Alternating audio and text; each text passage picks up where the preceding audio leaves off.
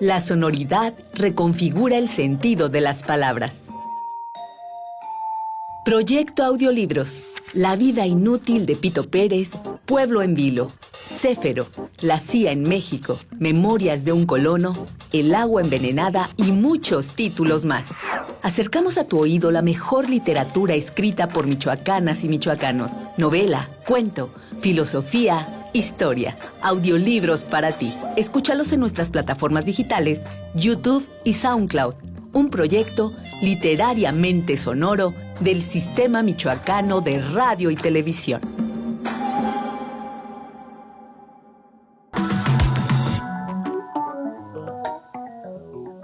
Una línea continua que se extiende en la historia de México a lo largo del siglo pasado y el presente es la impunidad, particularmente la impunidad respecto de los crímenes cometidos por el poder.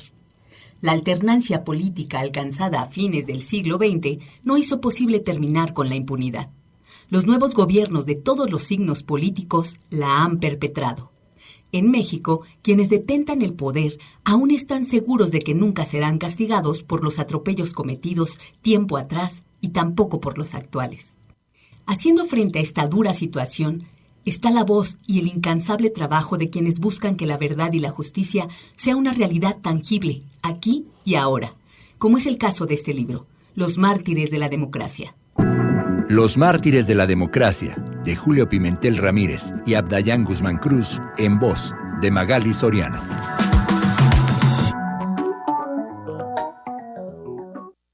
Verdad, memoria, justicia, lucha cotidiana, son palabras que seguramente van a cruzar no solo por nuestro imaginario, sino por nuestra manera de entender el mundo, por lo que nos ha tocado vivir en un país como el nuestro, a la vez tan maravilloso y a la vez tan deplorable.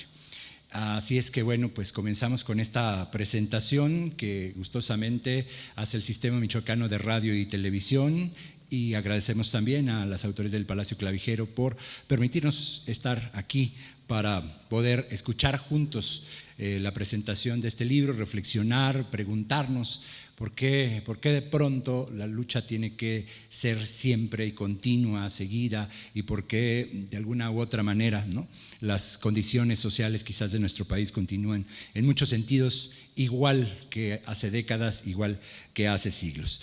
Para la presentación de este audiolibro, Mártires de la Democracia, se encuentra con nosotros el autor Abdayán Guzmán Cruz.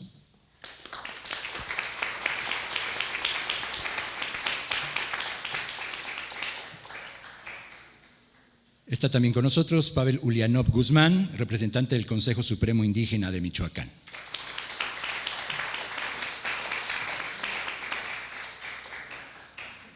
Magali Soriano, quien fue la voz del audiolibro, quien puso la voz para que este libro Mártires de la Democracia ahora también sea un audiolibro.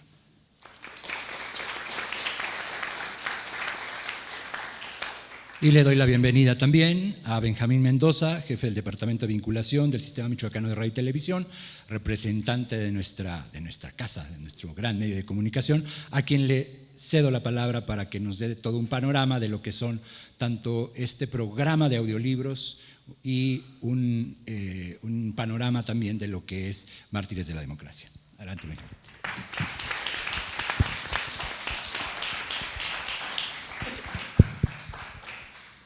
Primero que nada, agradecerles mucho la asistencia y bueno, decirles que el Sistema Michoacano de Radio y Televisión está comprometido con regresar las cámaras, los micrófonos, estos espacios a la gente, al pueblo, porque consideramos que no puede ser solamente un eslogan el decir que hay un cambio en el país y que hay una transformación, que tal vez hay cosas que hacen falta, pero nosotros tenemos que poner nuestro granito de arena y ese granito de arena es volver a vincularnos con la gente, volver a vincularnos con el pueblo michoacano, decirles que esto es de ellos, que esto es para ellos, que nosotros podemos estar de paso, pero este medio, como medio público, tiene una gran deuda con el pueblo de Michoacán y parte de estas actividades consiste en eso,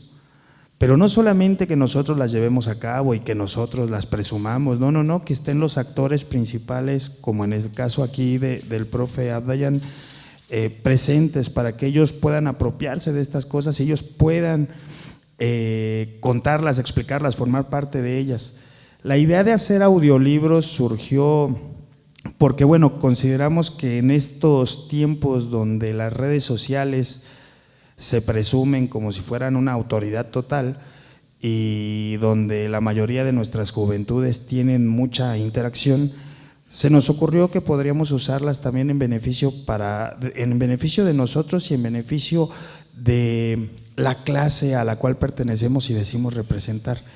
Es decir, si hay un audiolibro, no sé, de Paulo Coelho, ¿por qué no tiene que haber audiolibros como este en plataformas como Facebook o YouTube para que los jóvenes que están inmersos en esta dinámica puedan acercarse a este tipo de lecturas también? Decidimos seleccionar libros de autores michoacanos o que tuvieran repercusión en Michoacán, que fueran desarrollados en Michoacán. Y bueno, después de concretar una serie de libros, de audiolibros presentados al interior del estado, decidimos que teníamos que materializar Mártires de la Democracia por lo que representa para la historia de nuestro estado, por lo que representa para la historia del país y por lo que representa para la historia de la emancipación de los pueblos a nivel internacional, a nivel continente e incluso a nivel mundial. También nos dimos cuenta que las personas que son invidentes, pues bueno, nos llamó mucho la atención porque no lo habíamos atajado por ahí. De repente nos dimos cuenta, tenemos un compañero en el Sistema Michoacano de Radio y Televisión que es invidente y que tiene un programa de radio. Y cuando sucedió esto de los audiolibros nos sorprendió que a él le gustó la idea porque era una forma de acercarse a la lectura. Digo, lo ideal sería que todo estuviera en braille, ¿verdad? Pero mientras eso sucede no podemos detenernos y son herramientas que queremos utilizar nosotros. Y bueno, a mí me gustaría más hablar como historiador y como exalumno del profesor Abdayan y como compañero de Pavel y como compañero de Magali que como representante del Sistema Michoacano de Radio y Televisión, pero seguramente tendré la chance de hablar cuando se desarrolle el tema del libro y si no, no importa, porque lo que menos importa somos nosotros. Lo que importa es que Mártires de la Democracia se concretó como audiolibro y que el día de hoy están aquí reunidos para su presentación y que bueno, lo difundamos, lo compartamos y que nos quede claro que lo que hoy tenemos, por poco que sea, la apertura democrática que hoy tenemos, por mínima que sea, se debió a muchas personas que como el profe lucharon porque así fuera y que siempre tenemos que estar eternamente agradecidos con ellos. Muchas gracias, profe, adelante.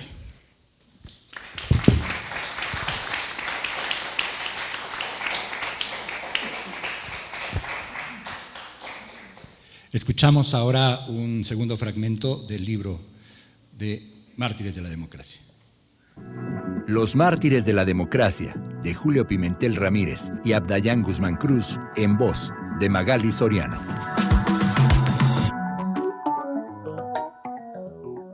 En una hora, carros del ejército con soldados perfectamente armados rodearon el lugar. A la par, helicópteros ronroneaban girando alrededor, a veces bajando el vuelo y a veces deteniéndose por momentos en el aire, como si solo observaran. En ese mismo instante, la radio informaba del asalto al Banco de Paracho una hora antes y anunciaba de la presencia del ejército en la zona, solicitando la colaboración de los campesinos para que denunciaran a los asaltabancos y los entregaran. Amafer ordenó la calma, extremar la seguridad, el tiro en la recámara y el dedo en el gatillo. Dibujó nuevas rutas de salida y formó un comando bajo su dirección para romper el cerco. Actividad última realizada después de las 10 de la noche. Los Mártires de la Democracia, de Julio Pimentel Ramírez y Abdayan Guzmán Cruz, en voz de Magali Soriano. Buenas tardes. Quiero agradecer al Sistema Michoacano de Radio y Televisión por haber hecho este tránsito de el libro material al audiolibro. Esto no solamente era necesario, sino era urgente, porque hemos entablado una demanda en contra del gobierno mexicano y hace falta que se propagandice la situación en la cual estamos inmersos. Hace falta que la comunidad entera conozca, sepa, se dé cuenta que en la comunidad de Tarejero, municipio de Zacapu, se cometieron crímenes de lesa humanidad. Y hace falta también que la comunidad se dé cuenta que el gobierno mexicano denegó la justicia, no nos hizo caso, no cumplió con su función como debió haber cumplido. Por eso nos fuimos a la Comisión Interamericana de Derechos Humanos y por eso estamos peleando para que desde allá se nos entreguen los documentos faltantes para pasar a la Corte Interamericana y se haga al menos algo de justicia. Por eso decía, quiero agradecer al Sistema Michoacano por haber hecho realidad ese tránsito. También quiero agradecer a todos ustedes su presencia de manera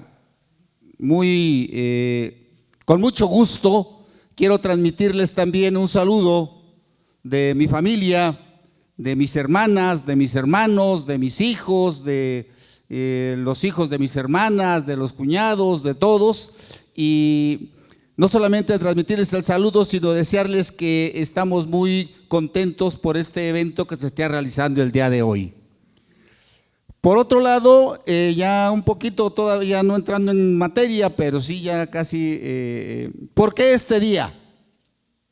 El día de hoy, en la ciudad de Guadalajara, se acababa de leer un documento después de las 9 de la noche sobre la creación de la Liga Comunista 23 de septiembre.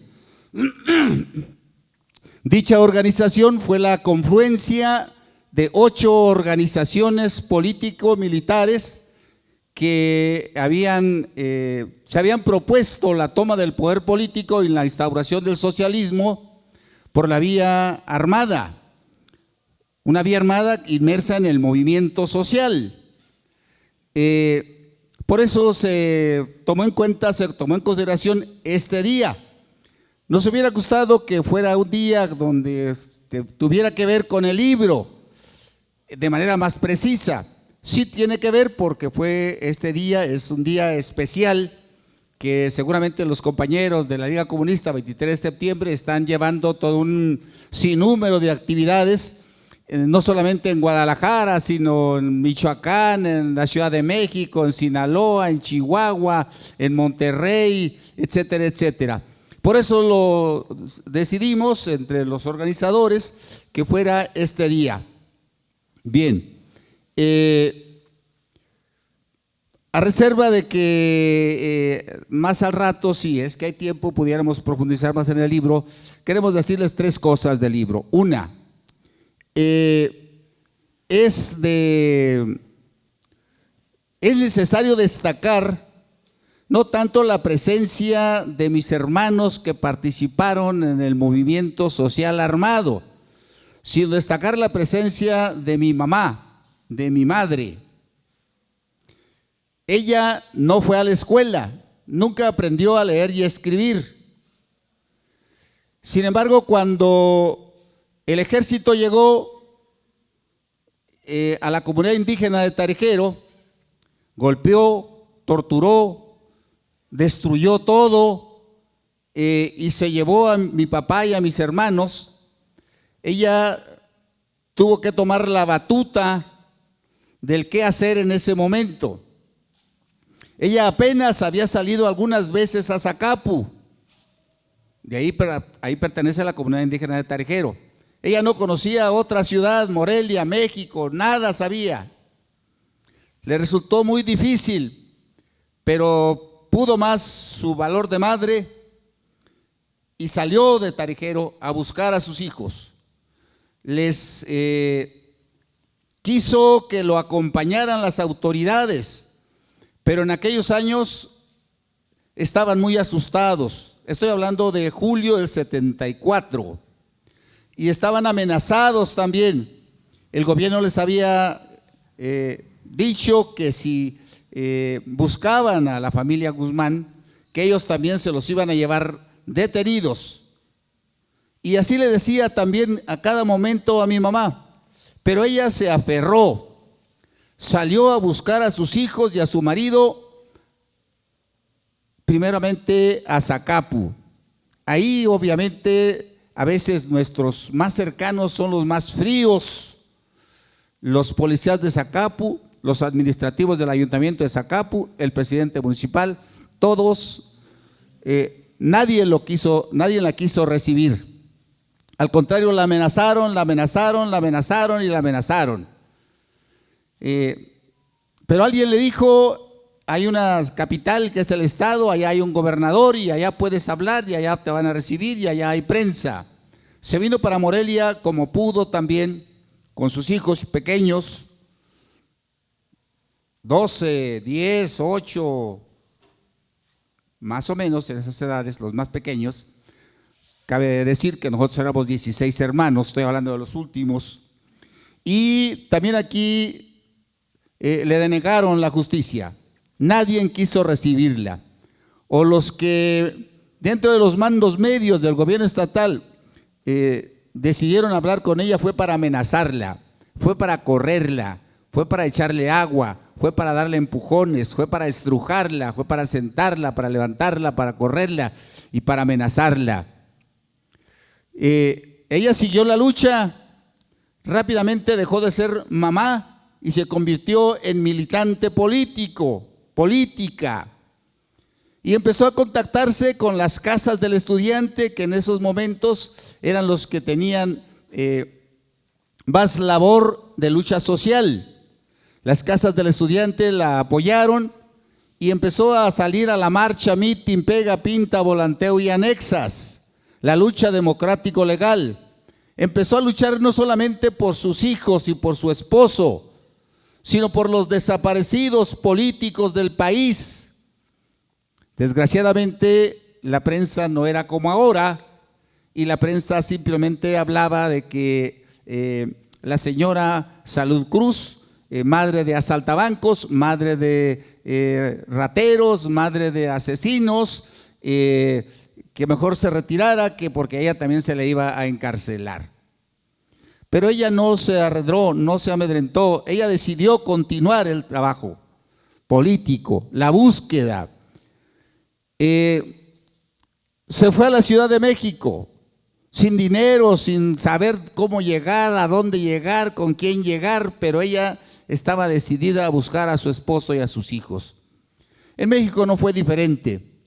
A pesar de que ya había un comité para los detenidos, desaparecidos políticos, no fue acogida de la forma como se pensaba, pero ella también siguió adelante, siguió buscando a su esposo y a sus hijos. Conoció por primera vez el tolete, la golpearon, conoció por primera vez la cárcel allá en la Ciudad de México, la encarcelaron. La separaron de sus hijos, pero finalmente ella logró dejar documentos, dejar ese dicho, hablar con organizaciones sociales, hablar con organizaciones estudiantiles, hablar con el pueblo, y dejó por ahí toda una cadena de información sobre la desaparición de Jesús Guzmán, de Amafer Guzmán, de Armando Guzmán, de Solón Adenauer Guzmán, de Venustiano Guzmán, cosa que sirvió porque ella nunca dejó de luchar. Y cuando los demás hijos, en este caso un servidor, salió de la cárcel, tomó la batuta del movimiento, tomó la batuta de la búsqueda, y ya había ahí algunos elementos escritos de que había dejado mi mamá en estos lugares de gobernación. Entonces, la mujer, mi mamá en concreto, se aventuró a desafiar al Estado, al régimen establecido, al sistema político, y buscó a sus hijos y buscó a los demás detenidos, desaparecidos políticos, y sembró la idea de que habría que buscarlos porque eran delitos de lesa humanidad. Lesa humanidad quiere decir que lesionan a la humanidad entera. Todos, cuando desaparecen a un militante político, nos sentimos que agraviados, y agraviados en el sentido de que nos duele, nos pesa, no queremos que eso suceda. Bueno, esa es una cosa. Otra cosa,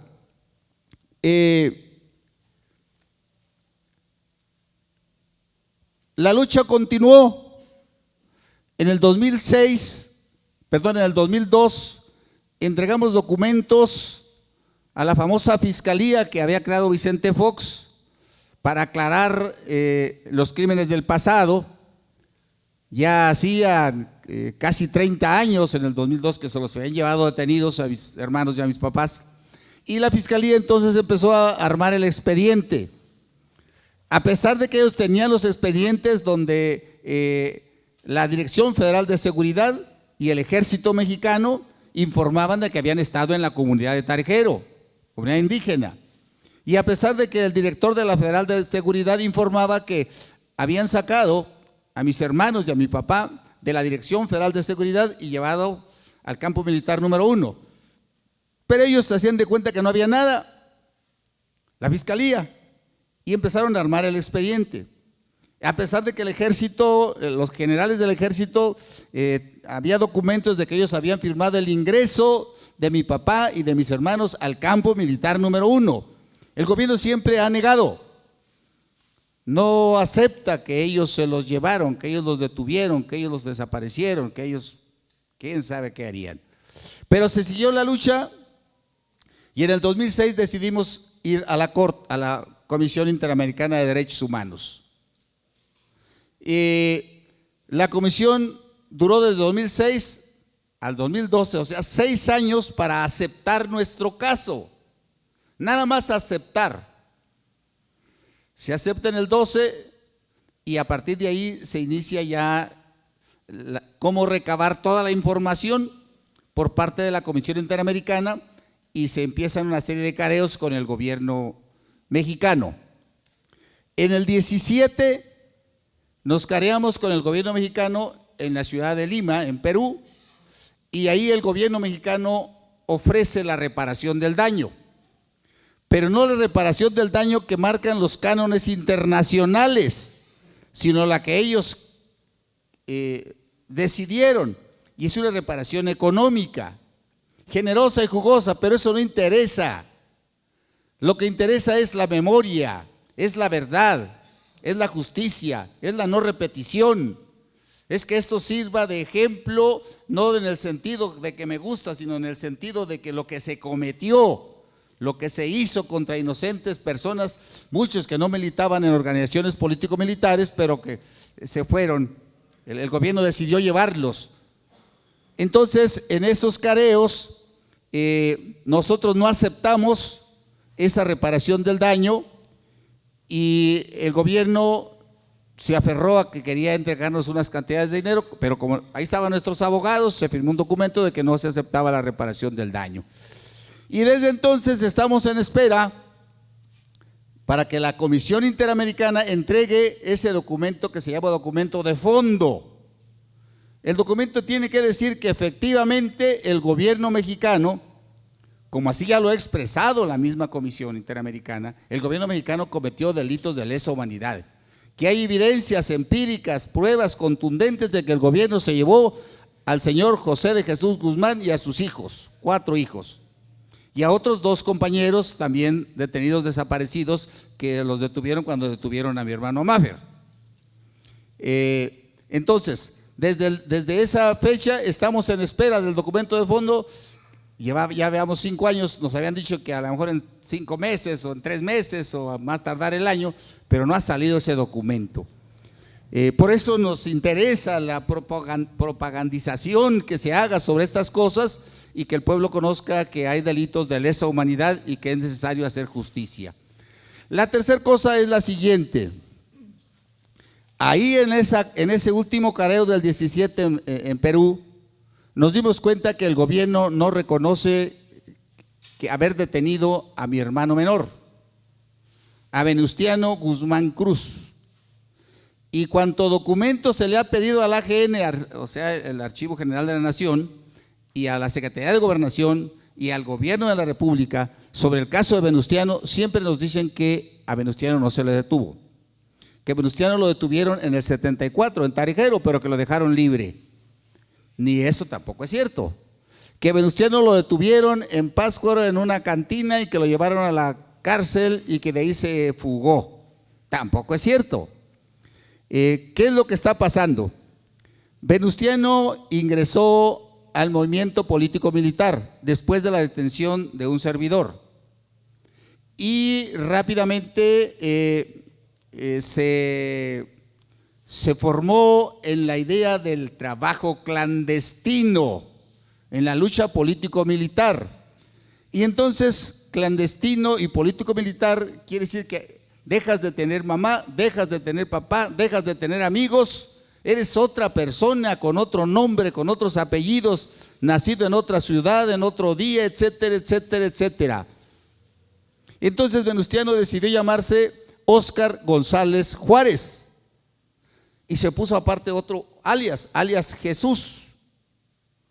Por eso nunca van a encontrar a Venustiano en los archivos. Por eso el gobierno dice que no lo detuvieron. Nosotros, después de la búsqueda, encontramos por qué Venustiano es el mismo que Óscar González Juárez. Hay evidencias también. Sin embargo, yo rescaté, bueno, no me quisieron dar documentos del AGN, pero vi la ficha sinalética donde están todos los datos de Venustiano, que nariz tal, que cabeza tal, que pelo tal, que estatura tal, que etcétera, etcétera.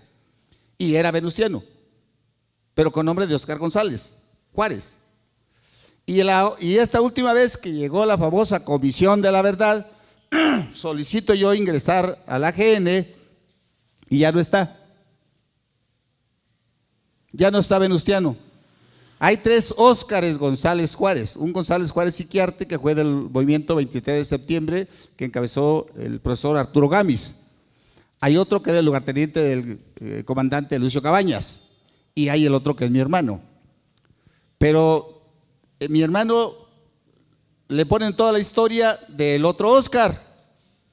Entonces también este evento y la presentación del audiolibro va a servir para aclarar que a Óscar González o a Venustiano Guzmán también se le detuvo y con fecha tal que está presente en el libro y que pedimos también lo que se pide generalmente, que vivos se los llevaron y que vivos los queremos. Que nos urge que se reconozca que Venustiano Guzmán Cruz es Óscar González Juárez y que fue detenido, desaparecido y que también contra él hay un crimen de lesa humanidad. No sé si tenga tiempo o ya esperamos para ahora sí después hablar ya del texto, algunas cosas que nos quieran preguntar, no sé cuál sea. Bueno, ¿por qué decidimos ingresar a la guerrilla? ¿Por qué decidimos combatir con las armas en la mano al Estado burgués? No fue capricho, no fue porque se llevaron a mi papá, no fue porque se llevaron a otro compañero, a otro amigo, o otro profesor, cualquiera. En esa época hubo algo que se le llamó la guerra sucia. La guerra sucia no era otra cosa que atacar, asesinar o reprimir, torturar, encarcelar, desaparecer a aquellos que no estaban de acuerdo con el régimen establecido. Nosotros decimos mal llamada guerra sucia, porque no es guerra sucia, es una política de Estado, fue una política de Estado, y dentro de la política de Estado está la guerra sucia. El Estado su ser, su naturaleza, su esencia es ser represor. El Estado sirve a la clase dominante. El Estado tiene que detener, encarcelar a toda aquella persona que no esté de acuerdo con la Constitución que ellos hicieron para darle legitimidad al sistema político. Por eso, en aquellos años, esa guerra sucia, en el contexto mayor de la política de Estado, se presentó, y así podemos enumerar una serie de acontecimientos que son referentes empíricos de que había represión contra el movimiento social. Desde los 50, el movimiento ferrocarrilero. El movimiento ferrocarrilero pedía democratizar al sindicato. Había un clima de autoritarismo, de represión en esos años, y el sindicato decidió darle vida democrática al sindicato de ferrocarrileros. El gobierno no le gustó, porque ellos tuvieron que salir a la calle, a la famosa marcha, mitin, pega, pinta, volantao y anexas. Y entonces el gobierno detiene a Valentín Campa y a Demetrio Vallejo, los encarceló 10 años y después ellos salen y continúan en la lucha, pero ya había otras condiciones, 50. En los mismos 50 hay un movimiento magisterial encabezado por Otón Salazar. Ese movimiento también es fuertemente reprimido porque pedían ellos democratizar el sindicato de los profesores.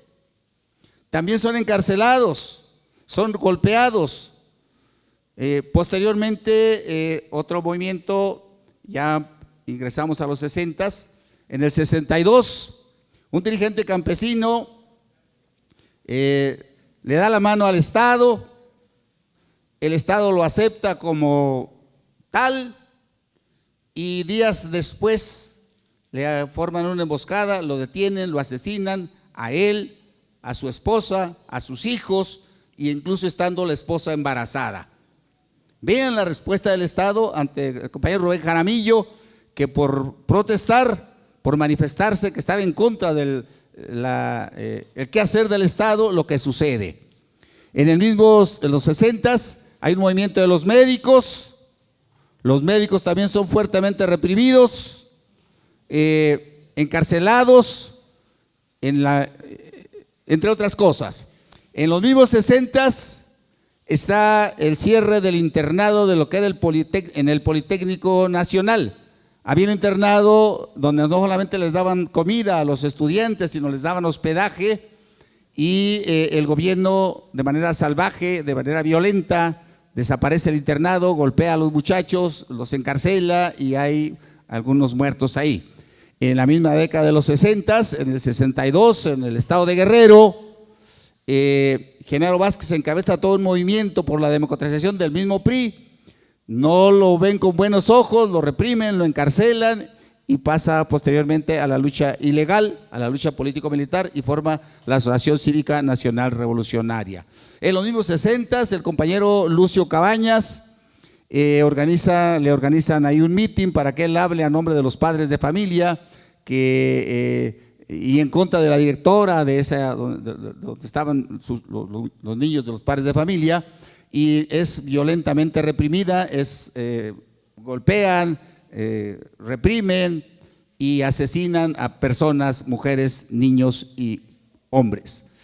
¿Se dan cuenta entonces? Ya todo el mundo conoce el movimiento del 68, el referente internacional empírico más evidente de la represión del Estado burgués.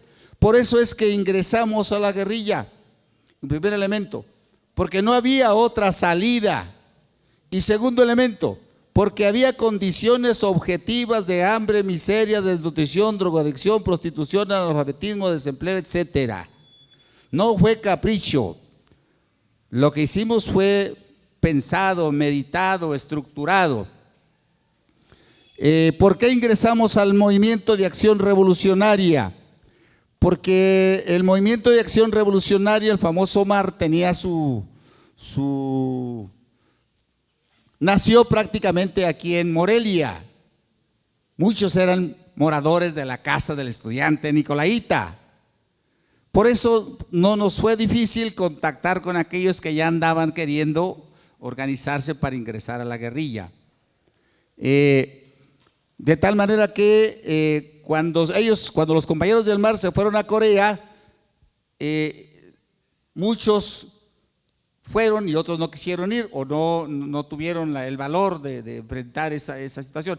A Maffer lo invitaron y a Maffer decidió. Ya para entonces a Maffer estaba perfectamente claro de la lucha política y del debate ideológico, y él decidió primero, antes de irse a Corea o antes de ir a Corea, o no ir a Corea, porque a él le interesaba la formación del partido político que había de encabezar el movimiento social revolucionario. Sin embargo, cuando caen los primeros compañeros en el 71, rápidamente yo acompaño a Maffer a la cárcel de Lecumberri como visitantes, todavía no como morador o como preso político, y ahí contactamos nuevamente y se da toda la estructura de organización. La guerrilla entonces fue todo un movimiento social, pero cometimos muchos errores, sobre todo la vida clandestina. Es difícil ser otra persona, es difícil no saludar al que ves en la calle o que te saluden y que no le contestas, porque ya no era Abdayán, pero todavía te veían los compañeros que te conocían como Abdayán. Y entonces es difícil y esto te hace que cometas errores, además de otros muchos errores.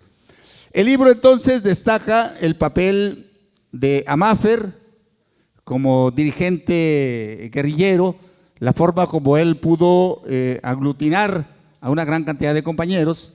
Destaca también el por qué ingresamos a la guerrilla, si es que echaron el primer audio de cómo se manifestaba la represión, una línea de impunidad que se viene dando, o sea, eso fue lo que nos permitió el ingreso. El libro también habla de la política del Estado, de la represión, de la forma como encara el gobierno a los que están en contra del orden establecido. El libro hace mucho énfasis en mi papá. Mi papá no pertenecía a la guerrilla. Mi papá era un todólogo, de esos que difícilmente el día de ahora hay. Él era instructor de una banda de música. Él conocía la nota al dedillo, escuchaba una melodía y en un tris-tras la acomodaba en el papel pautado para los otros músicos, el del sax, el de otro instrumento cualquiera. Pero también él ayudaba mucho a la comunidad. Él se convirtió en el médico veterinario que no tenía nada de médico, pero que inyectaba a los animales, les daba pastura, les cambiaba dieta, etcétera, etcétera, etcétera.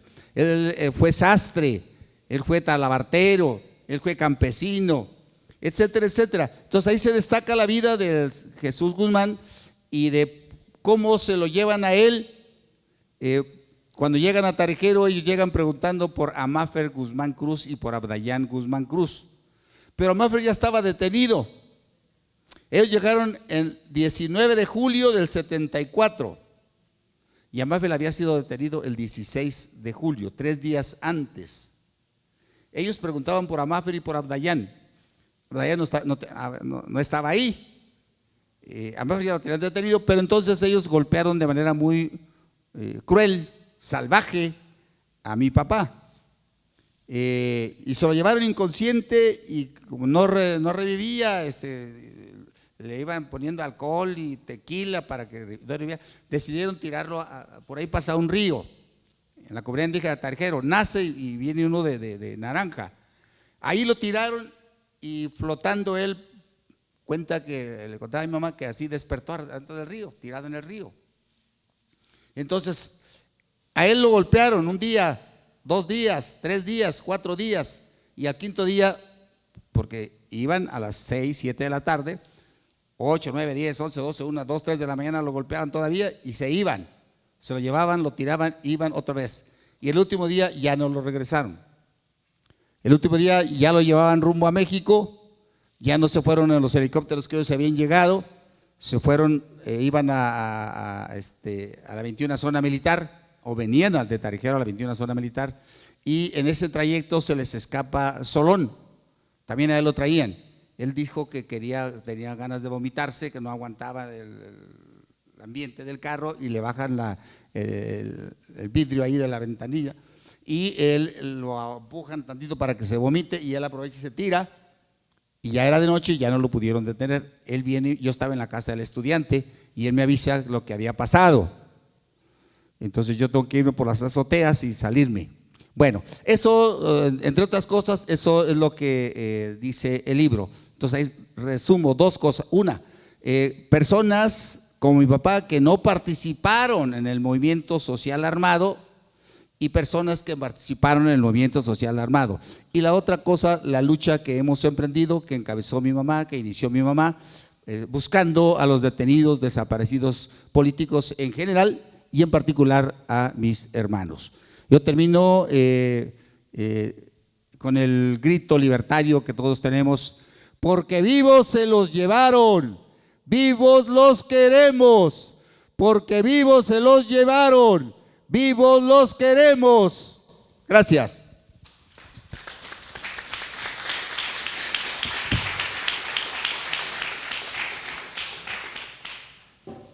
¿Quién narra, qué narra y para qué narra?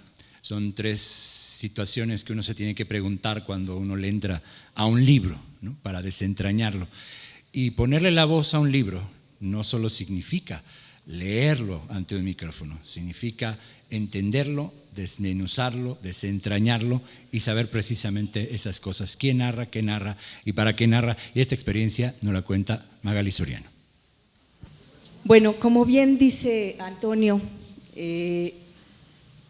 ¿para qué se narra un libro? ¿Por qué y para quién? Fíjense que yo siempre he pensado que nada en esta vida nos pasa por casualidad o nos llegan las cosas por casualidad. Este libro, cuando me dijeron, Magali, vas a leer Los Mártires de la Democracia, yo no tenía idea ni conocimiento de este libro. Yo me crié en la Ciudad de México, no tenía conocimiento de la historia de esta familia, de la familia del maestro Guzmán Cruz, pero fíjense qué curioso, porque sí tenía conocimiento de la Liga 23 de septiembre, sí tenía conocimiento del mar, sí tuve conocimiento gracias a mi abuelo. Me empezó a significar mucho las palabras de este libro, el texto en su inicio, porque cuando yo era niña, mi abuelo, que era un indígena del sureste del país, oaxaqueño él, de un pueblo que se llama Santiago Ayuquililla, en Oaxaca, muy cerca de Guajuapan de León. Bajo este contexto también se crió en una infancia de pobreza. Él fue huérfano de padre y de madre, llegó a la Ciudad de México y se volvió mecapalero, tuvo que luchar mucho para poder tener un contexto de su propia vida y para sobrevivir hasta cierto punto en la Ciudad de México. Mi abuelo, bajo ese contexto de miseria y de pobreza, creo que siempre, y de maltratos y de injusticia que se dio cuenta a lo largo de su juventud y a su llegada a la Ciudad de México, empezó a tener contacto con el Partido Comunista, por ejemplo, y después con partidos socialistas que por cierto, mucha gente… yo recuerdo que mi abuelo en ese sentido me llevaba a las marchas, a botear cuando, por ejemplo, me acuerdo mucho con lo de la cooperativa Pato Pascual de los trabajadores, nos sacaba a toda la familia y nos daba nuestro botecito y al metro, ¿no? Empezaba a decirnos, pues pidan dinero para la causa de los trabajadores, ¿no? Entonces creo que en ese sentido, cuando empecé a leer este libro, me llegó mucho la memoria de mi abuelo, me llegó la memoria de una persona que creo que depositó en mí y en su familia pues todos los elementos por los cuales hay que luchar por la justicia, ¿no? En este país.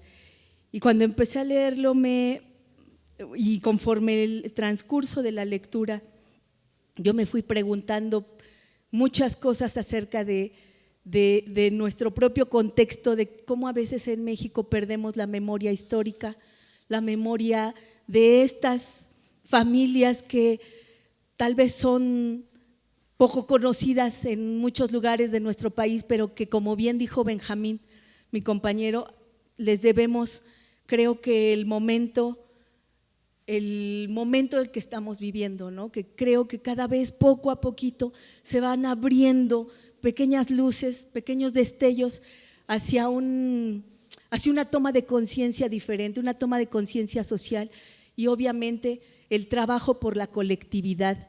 Y creo que en ese sentido, claro, me llevó a pensar en los estudiantes, ¿no? En los estudiantes de Ayotzinapa, que aún falta por resolver esa desaparición, y en todas las personas, me llevó también a pensar en todas las personas que están desaparecidas por alguna causa y en sus propias familias.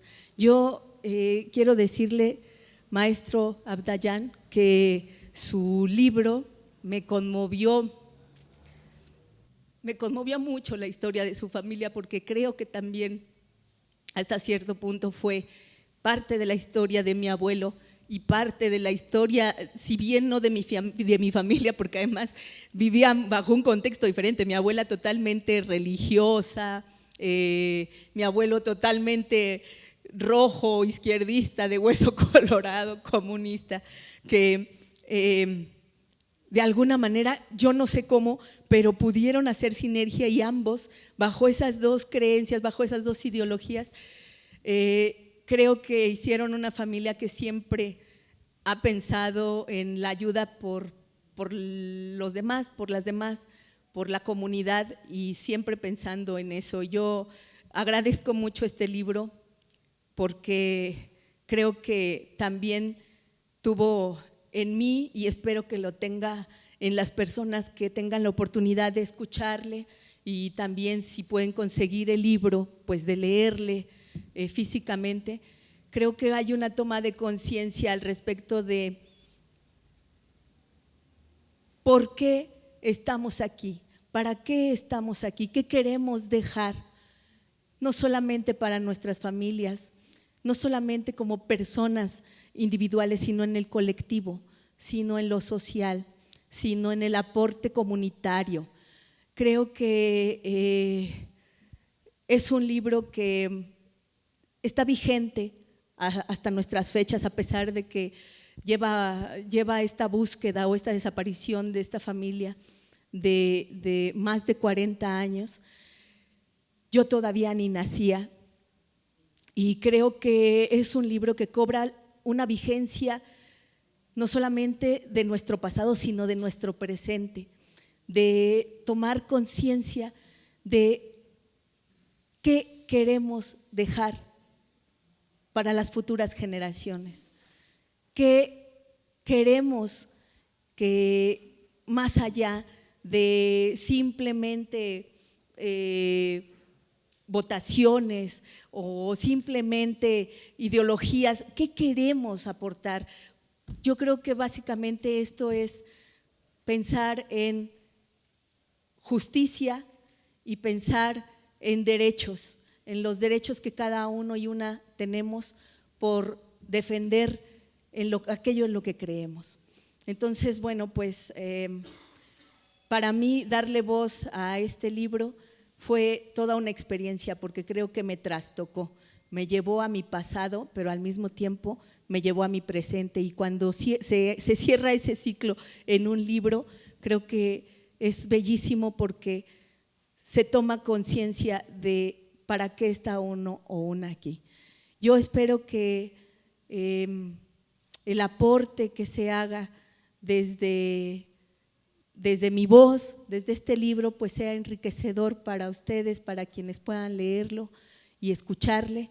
Y bueno, agradezco mucho que me haya llegado a mis manos y a mi voz el poder leer Mártires de la Democracia. Y bueno, pues eso es todo lo que tengo para decirles. Muchas gracias.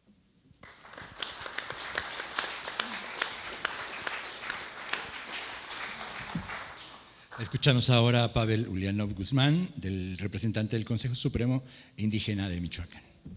Agradecer al Sistema Michoacano de Radio y Televisión, agradecerles mucho esta iniciativa, que hay que decirlo, salió de ellos, salió del compañero Benjamín, fue de ellos. Muchas gracias también a todo su equipo que acompañó este audiolibro. También agradecer a los compañeros del Consejo Supremo Indígena de Michoacán. Aquí ahorita presente hay varias autoridades civiles, comunales y tradicionales de varias comunidades. Por supuesto, agradecer a la familia Guzmán Cruz, que nos han señalado siempre este ejemplo de continuar la lucha, no solamente por la memoria, la verdad y la justicia, sino también continuar la lucha en las comunidades indígenas con nuestros hermanos por luchar por una vida más digna para nuestras comunidades también.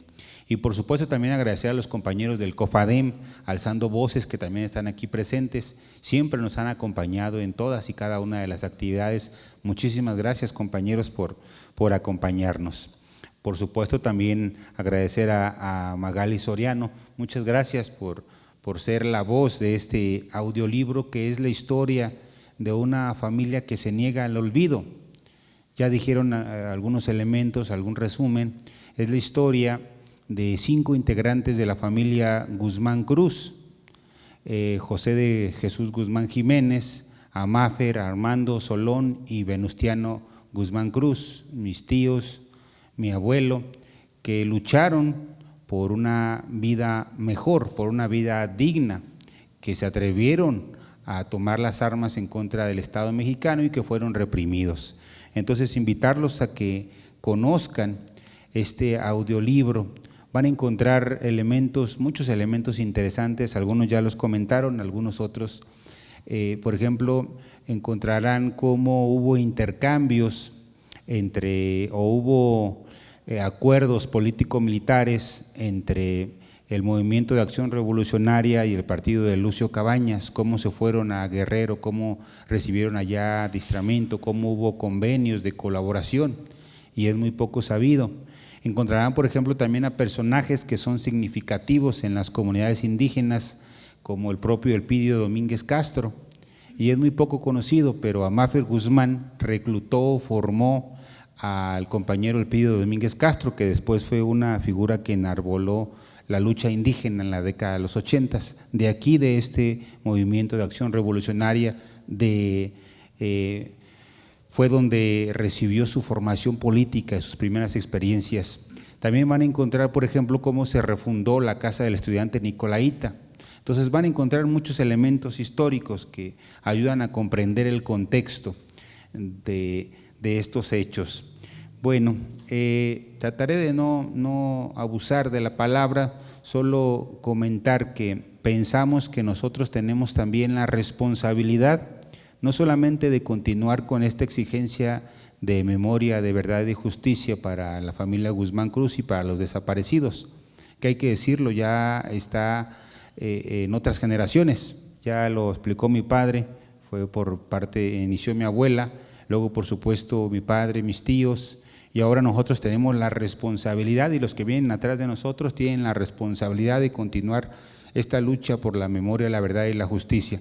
Pero aún más, creemos también que tenemos la responsabilidad histórica de continuar con las luchas en los pueblos y las comunidades originarias. Por eso fue que surgió el Consejo Supremo Indígena de Michoacán. Por eso es que continuamos en la lucha social, y los que vienen atrás, otros compañeros, van a continuar. Entonces, pues agradecerle muchos, invitarlos a que conozcan este audiolibro y convocarlos. Pensamos que la mejor forma de recordar a nuestros desaparecidos es continuar en la lucha por la memoria, la verdad y la justicia. Muchas gracias.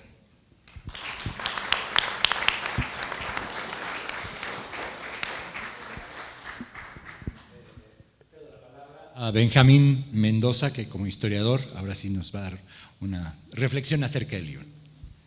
Rápidamente, porque ya dijeron todo lo que se puede decir.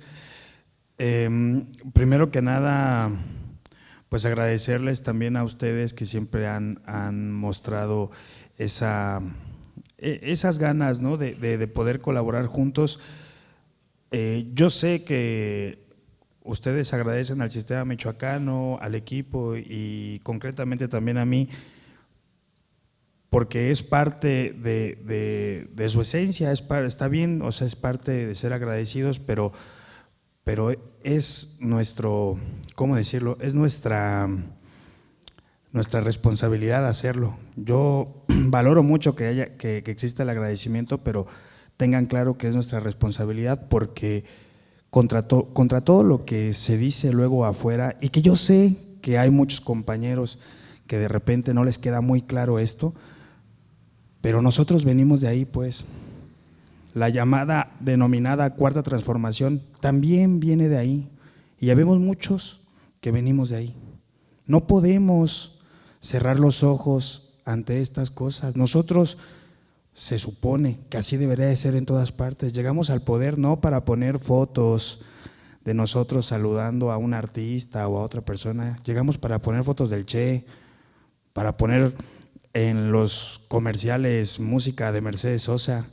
Para eso llegamos, para rescatar esto, porque esto no puede olvidarse. Y muchas veces en la maraña burocrática y en muchas cosas se pierde. Y no debe de ser así. Esta clase de cosas son las que debemos salir, gritar, compartir, decir todo el tiempo, porque efectivamente, como lo decía Magali, el momento histórico que vivimos hoy es gracias a ellos, y tal vez no alcanza o tal vez no es lo que muchos quisiéramos o lo que soñamos, pero ahí vamos avanzando en la larga marcha de la democracia. Y no reconocer a actores como la familia Guzmán y como muchos otros sería no reconocer nuestro pasado. Entonces, tengan en cuenta que es un compromiso, que nosotros asumimos ese compromiso dentro de muchos otros, como fomentar la cultura y rescatar los valores culturales sin un dejo de mercantilización. También está este tema, también está el tema social, está el tema político en nuestra agenda, y por eso siempre vamos a estar enarbolando, abanderando esta clase de iniciativas. Siempre vamos a buscar darle visibilidad, porque al final de cuentas el tema de García Luna, por ejemplo, es muy importante, pero ya todos los noticieros le están dando cobertura. Este tema, pues pocas veces se le da, y nosotros como medio público tenemos que hacerlo. Para cerrar, decirles que cuentan con el Sistema Michoacano de Radio y Televisión, todos, como un aliado más, que de verdad no es eslogan. Intentamos que esto vuelva a la ciudadanía, al pueblo en general, que gran parte de esta iniciativa también tiene que ver con que el profesor Abdayán sirvió como formador de cuadros de muchos de nosotros, aunque de manera indirecta, porque tal vez no era en la lucha político-armada ya como tal, pero era en el tema académico, y que eso es también una parte de reconocerle eso. Yo a donde quiera que voy siempre lo digo y siempre lo voy a decir, porque la primera vez que leía Marx o la primera vez que entendí que era izquierda y que era derecha fue en una clase de él. Y también dejar claro que las minorías defienden privilegios, pero las mayorías conquistan derechos, y muchas veces lo legal no es lo justo, y esa es la historia de mártires de la democracia, y por eso tenemos que seguir apoyándola, y por eso tenemos que seguir gritándolo en todas partes y a donde quiera que vayamos. No me gusta mucho Walter Benjamin, no me gusta el academicismo mucho, me desprendí de eso hace muchos años, pero tampoco me voy a fusilar la frase. Benjamin dice que si somos derrotados, ni los muertos van a estar a salvo. Entonces, profe, firmes, a seguir, porque no hay otra, y a rescatar ese pasado, porque forma parte de nosotros, y sin rendirse, porque lo tenemos prohibido. Muchas gracias, y no sé, Toño, si vas a decir algo más. Pues no sé si hay alguna pregunta o algún comentario de quienes nos acompañan aquí. Adelante. Sí, pues antes que nada, muchas gracias por permitirnos aquí, pues ahora sí participar. Mi pregunta sería, ¿este libro o este audiolibro se puede adquirir? No sé de qué manera podríamos adquirirlo. El servidor también está al servicio de una radio comunitaria indígena allá en Ocomicho. Entonces nos interesaría también pues platicarlo, porque pues aquí yo ya más o menos estoy escuchando, pero sí me gustaría compartirlo con otras comunidades, las que escuchan, y también pues antes que nada, pues no sé, vincularnos con el sistema Michoacano de Radio y Televisión para algunas cosas que yo creo que podemos realizar de manera conjunta, ¿verdad? Poner, como dice aquí el compañero, un granito de arena, porque a veces es muy necesario. Bueno, sería mi participación, y pues si podemos realizar algo para pues seguir en este tipo de dar a conocer las luchas que pues que valen la pena, como también lo ha tenido nuestra comunidad con varias cosas que también en su oportunidad yo creo que lo estaremos compartiendo. Gracias.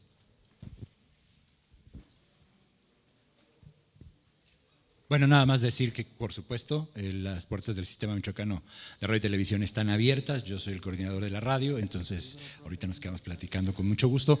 Y el audio está montado en nuestras redes, en las redes del Sistema Michoacano de Radio y Televisión, en YouTube. Ahí teclean audiolibros, Mártires de la Democracia, y está con acceso absolutamente libre, gratuito. No hay que adquirirlo, no hay que pagar absolutamente nada, ¿no? Porque además, bueno, somos una radio pública y ni siquiera podríamos hacerlo, ¿no? Ni está en nuestra cabeza. Emprendimos este viaje precisamente para darle voz a autores y autoras de Michoacán, o situaciones que tuvieran que ver con el Estado, y que fueran por ahí libros y autores que quizás no estuvieran tan, no quisiera decir no reconocidos, sino más bien que no tuvieran la publicidad necesaria, ¿no? para tenerlos. ¿Alguien más que quiera hacer algún comentario o alguna pregunta? Muchas gracias por la oportunidad de hacer un comentario. Voy a ser breve, nada más pues reconocer y al mismo tiempo agradecer a los compañeros que también son amigos por este tipo de eventos para recordar y para darle un homenaje y reivindicar más que nada a quienes destinaron su vida y también la vida de sus generaciones futuras por la lucha por la liberación de la humanidad. Yo me acuerdo mucho cuando visité al maestro Abdayán y me regaló el libro y me escribió una firma, algo que me impactó mucho. Él me decía ahí en ese libro: a mi amigo Alejandro de Santa Fe de la Laguna, este libro es la lógica del movimiento popular revolucionario. Y a mí me quedó muy grabado. Entonces quise tratar de llevar a cabo lo más que se pudiera esa visión.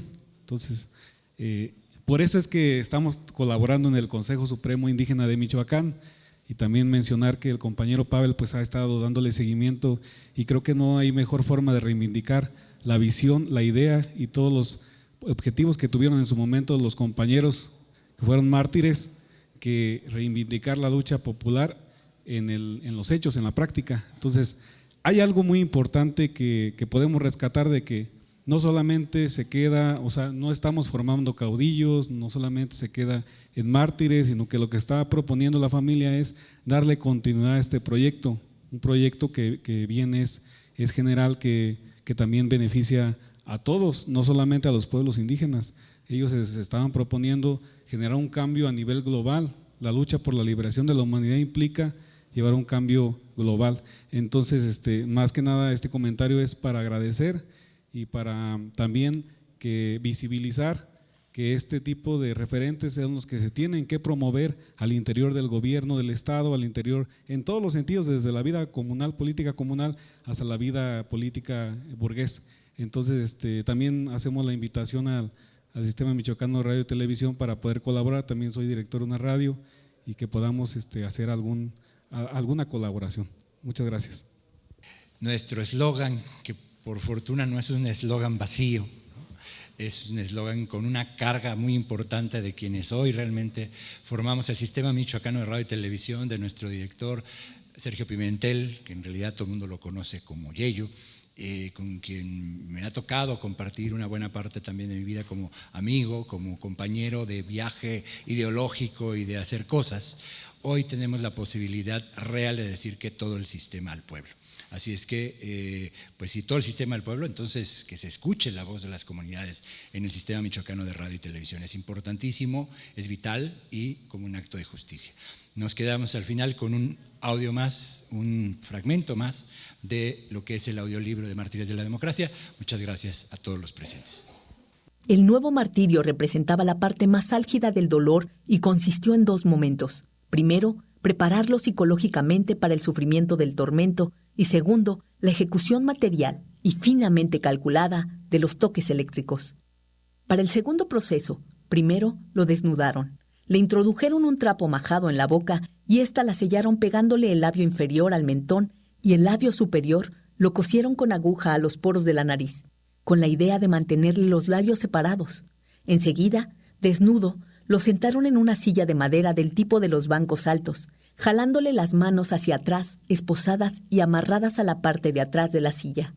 Esta vez no lo vendaron. Además, oía perfectamente las palabras venenosas de los policías verdugos.